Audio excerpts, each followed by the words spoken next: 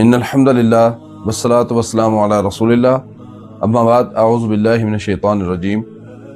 मेरे मोहतरम प्यारे भाइयों और बहनों, नमाज सिर्फ चंद हरकत का नाम नहीं बल्कि ये अल्लाह के हुजूर आजिज़ी, खुशू और बंदगी का अमली इजहार है। और नमाज में सबसे ज़्यादा आजिज़ी का इजहार होता है रुकू और सुजूद में। आज की इस वीडियो के अंदर हम जानेंगे रुकू और सुजूद के आदाब और कुछ आम गलतियाँ और नबी करीम सल्लल्लाहु अलैहि वसल्लम का सुन्नत तरीका। अल्लाह ताला फरमाते हैं, या अय्युहल्लज़ीना आमनू रुकऊ वस्जुदू, ऐ ईमान वालो रुकू करो और सजदा करो। रुकू के आदाब के अंदर सुन्नत तरीका ये है कि कमर को बिल्कुल सीधा रखा जाए। नबी करीम सल्लल्लाहु अलैहि वसल्लम का रुकू ऐसा होता था, कमर बिल्कुल सीधी होती थी, सर ना ज्यादा ऊंचा होता था और ना ही ज्यादा नीचा। रुकू के अंदर हाथ घुटने के ऊपर और उंगलियां खुली हुई और घुटनों को मजबूती के साथ पकड़ना, यह रुकू के अंदर आजिज़ी और इस्तेहकाम की अलामत। आम तौर पर रुकू के अंदर पढ़ी जाने वाली तस्बीह सुबहान रब्बियल अजीम है, जिसका तर्जुमा है पाक है मेरा अजमत वाला रब। इसको आप 3 मरतबा पढ़ें, 5 मरतबा पढ़ें, 7 मरतबा पढ़ें, जितनी मर्जी मरतबा पढ़ें। हदीस के अंदर इसकी कोई वजाहत मौजूद नहीं है, ज्यादा से ज्यादा भी पढ़ सकते हैं, लेकिन कम अज कम 3 मरतबा लाजमी पढ़नी चाहिए। बाद लोग जल्दी जल्दी रुकू कर लेते हैं, ये नमाज के सुकून को खत्म कर देता है। और नबी सल्लल्लाहु अलैहि वसल्लम ने इरशाद फरमाया कि नमाज चोर वो है जो रुकू और सजदे को पूरा ना करे। हमारे यहाँ रुकू करने के हवाले से कुछ आम गलतियां पाई जाती हैं। उसके अंदर एक, कमर को सीधी ना करना, सर को बहुत ज्यादा नीचे कर लेना या ऊपर कर लेना, तस्बीह पढ़े बगैर उठ जाना और जल्दबाजी के साथ रुकू करना। और इसके बाद बारी आती है सजदे की। नबी करीम सल्लल्लाहु अलैहि वसल्लम ने इरशाद फरमाया कि बंदा अपने रब के सबसे ज्यादा करीब हालत सजदा में होता है। सजदा बंदगी की मेराज है और सजदे के कुछ आदाब हैं। नबी करीम सल्लल्लाहु अलैहि वसल्लम ने इरशाद फरमाया, मुझे हुक्म दिया गया कि मैं 7 हड्डियों के ऊपर सजदा करूं। एक हड्डी ये पेशानी नाक के साथ है, और इसी तरह 2 हाथ, 2 घुटने और 2 पाँव। और इसी तरह मर्द हो या औरत, दोनों का सजदा और नमाज पढ़ने का एक ही तरीका है। औरतों के लिए अलग से नमाज पढ़ने का कोई तरीका किसी हदीस के अंदर बयान नहीं हुआ। औरतों और मर्दों का सजदा एक जैसा होगा, कोहनियां जमीन से उठी हुई होंगी और ये जो राने हैं ये पेट से जुदा होंगे। और ये अमल आजिज़ी और वकार भी सिखाता है। सजदे के अंदर आम तौर पर पढ़ी जाने वाली दुआ सुबहान रब्बियल आला, जिसका तर्जुमा है पाक है मेरा रब बुलंद मर्तबा। सजदे के अंदर अपनी दुनिया और आखिरत की दुआएं मांगे, यह कबूलियत का खास मुकाम है। हमारे माशरे में सजदे के हवाले से कुछ आम गलतियां पाई जाती हैं। उनमें एक, नाक को जमीन के साथ ना लगाना है, और इसी तरह कोहनियों को जमीन के साथ बिछा देना, जल्दी जल्दी सजदा करना और पाँव की उंगलियों को जमीन से ऊपर उठा लेना। अब सवाल ये है, रुकू और सजदे के अंदर इत्मीनान क्यों जरूरी है?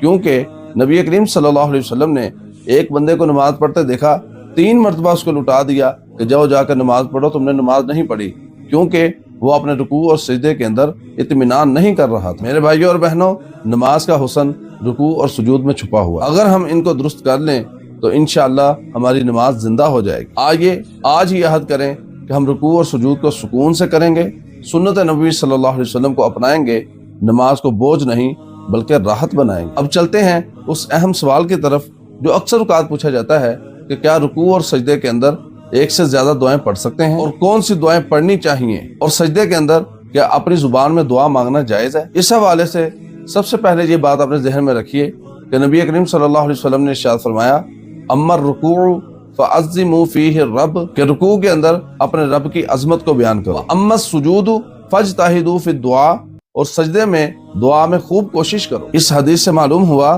कि रुकू के अंदर भी दुआ है और सुजूद के अंदर भी दुआ का खास मुकाम है। अब सवाल ये है कि क्या एक से ज्यादा दुआएं पढ़ सकते हैं? जी हाँ, एक ही रुकू या सजदे में एक से ज्यादा मसनून दुआएं तरतीब से या बारी बारी इत्मीनान के साथ पढ़ना बिल्कुल जायज और मसनून है। नबी सल्लल्लाहु अलैहि वसल्लम खुद मुख्तलिफ औकात में मुख्तलिफ दुआएं पढ़ते थे। इस हवाले से 3 अहम दुआएं जो रुकू के अंदर पढ़ी जाती थी। पहली, सुबहान रब्बियल अजीम, जिसका तर्जुमा है पाक है मेरा रब अजमत वाला, और दूसरी है सुबहानक अल्लाहुम्मा रब्बाना व बिहम्दिका अल्लाहुम्मा इग़फिरली, जिसका तर्जुमा है ए अल्लाह तू पाक है, ए हमारे रब तेरी ही हमद है, ए अल्लाह तू हमें बख्श दे। और तीसरी दुआ है सुबूहुन कुद्दूसुन रब्बुल मलाइकति व रूह, जिसका तर्जुमा है बहुत पाक, निहायत मुक़द्दस, फरिश्तों और रूह यानी जिब्रील का रब। आप चाहें तो इनमें से कोई एक दुआ पढ़ सकते हैं, और अगर तीनों पढ़ना चाहें तो आप तीनों भी पढ़ सकते हैं। 1 मरतबा पढ़ सकते हैं, 2 مرتبہ پڑھ سکتے ہیں، 3 مرتبہ پڑھ سکتے ہیں، یا اس سے زیادہ جتنی آپ پڑھنا چاہیں پڑھ سکتے ہیں۔ اور اسی طرح سجدے کی مختلف دعائیں ہیں۔ پہلی دعا سبحان ربی الاعلیٰ ہے، جس کا ترجمہ ہے پاک ہے میرا رب بلند مرتبہ۔ اور دوسری دعا جو میں نے رکوع کے حوالے سے بتائی تھی، سبحانک اللہم ربنا وبحمدک اللہم اغفر لی۔ اور ایک دعا ہے ربی اغفر لی ربی اغفر لی، اس کا ترجمہ ہے اے میرے رب مجھے معاف فرما۔ اور اسی طرح ایک دعا یہ ہے اللہم اغفر لی ذنبی کلہ، اے میرے اللہ میرے تمام گناہ معاف فرما، دکہ و جلہ، چھوٹے بھی اور بڑے بھی، و اولہ و آخرہ، پہلے والے بھی اور بعد والے بھی۔ اب آخر میں ایک اہم سوال یہ ہے کہ کیا ہم حالت رکوع کے اندر یا سجدہ کے اندر اپنی زبان میں دعا مانگ سکتے ہیں؟ میرے محترم پیارے بھائیوں، اس کا سادہ سا جواب یہ ہے کہ ہمیں فرض ہو یا نفل، نماز پڑھتے ہوئے نبی کریم صلی اللہ علیہ وسلم کے سنت کے طریقے کو ہی اپنانا چاہیے۔ نبی کریم صلی اللہ علیہ وسلم سے رکوع اور سجدے کی حالت میں عربی کے علاوہ کسی دوسری زبان کے اندر دعا کرنا ثابت نہیں، اس لیے ہمیں بھی اسی اصول کو اپنانا چاہیے۔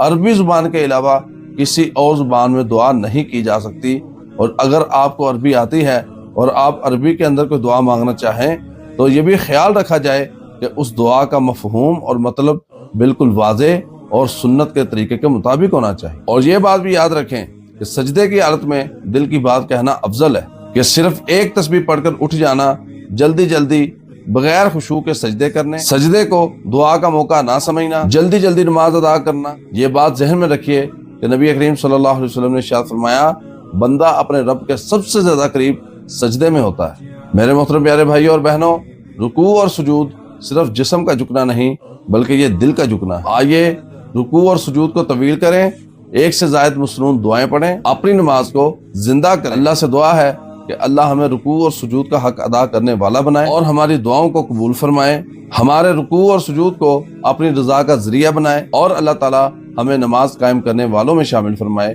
آمین یا رب العالمین۔